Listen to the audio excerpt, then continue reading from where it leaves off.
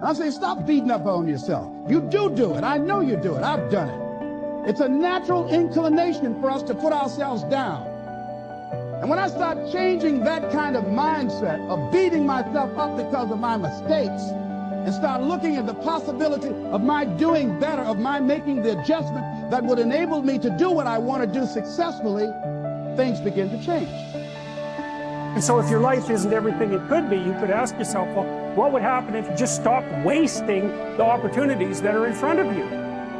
You'd be, who knows how much more efficient? 10 times more efficient, 20 times more efficient. That's the Pareto distribution. You have no idea how efficient you can get. It's off the charts. There will come times when you will feel like giving up. It's easier for a human being to think negatively than positively. That's why only 5% is successful. For 30 days, you must take control of your mind. It will think only about what you permit it to think. Each day for this 30-day test, do more than you have to do. In addition to maintaining a cheerful, positive outlook, give of yourself more than you've ever done before. Do this knowing that your returns in life must be in direct proportion to what you give. The moment you decide on a goal to work toward, you're immediately a successful person. You're then in that rare and successful category of people who know where they're going. Out of every 100 people, you belong to the top 5. So I'm saying to you, can nobody take your good? See, that which is meant for you has your name on it. No one can take your good from you.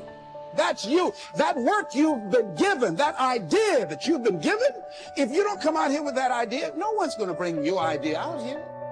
And I'm saying, in your hands, you have ideas. You have been given something to bring to the universe that was not here before you showed up. See, nobody, ladies and gentlemen, is going to give Les Brown's speech. This is my speech. It's not okay to make excuses. It's not going to slow people down. It's not okay to ask the world to stop so that you can step out front. You've got to develop your skill set. You've got to take what you have now, and if that's crawling, then fucking crawl. But you drag yourself ever forward to a vision of yourself because you, my friend, know exactly where you're going. You're willing to pay whatever price it takes to get there, and you will keep pushing forward, and you will get better every day. And no matter how many times people chop at you, knock you down, you will get back on. You will crawl till you can walk. You will walk till you run, and then you will run until you fly. And that, my friends, is the only path forward. So if you want a fucking future that makes you happy, if you want a world that you're excited about, get your ass out there and earn it. It's time for you to look within yourself and decide that I'm in charge of my destiny. I'm in charge here. We've all seen how the person who assumes success tends to already have success. People who assume failure tend to have failure. When either failure or success is pictured, there is a very strong tendency for that picture to actualize as fact and become reality. To assure something worthwhile happening, therefore, first pray about it and test it according to God's will. Then print a picture of it on your mind as happening, holding that image firmly in consciousness. Continue to check that picture to God's will, that is to say, put the matter in God's hands and follow God's guidance. Work hard and intelligently, thus doing your part to achieve success in the matter. Practice believing and continue to hold the picture firmly in your thoughts. Do this and you will be astonished. Here are some practical suggestions for changing your mental attitude from negative to positive. Such a change will release the kinds of thoughts that can help you make creative changes in your circumstances. 1. For the next 24 hours, deliberately speak hopefully about everything. your job, your health, your future.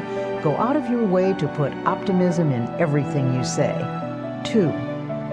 After speaking hopefully for 24 hours, continue the practice for 1 week. Then you can permit yourself to be realistic for a day or two. You'll discover that what you meant by realistic a week ago was actually pessimistic, and what you now mean by realistic is something entirely different. It is the dawning of the positive outlook. When most people say they're being realistic, they delude themselves. They are simply being negative. 3. Feed your mind even as you feed your body. A healthy mind requires nourishing, wholesome thoughts. Start at the beginning of the New Testament and underline every sentence about faith. Continue doing this until you've marked every passage in the 4 books: Matthew, Mark, Luke, and John. 4. Commit all of those passages to memory. Learn one each day until you can recite the entire list from memory. This will take time, but remember, you've spent much more time being a negative thinker. Unlearning a negative pattern requires time and effort. 5. Make a list of your friends who are positive thinkers and deliberately cultivate their company. Don't abandon your negative friends, but get closer to those with a positive point of view until you've absorbed their spirit. 6.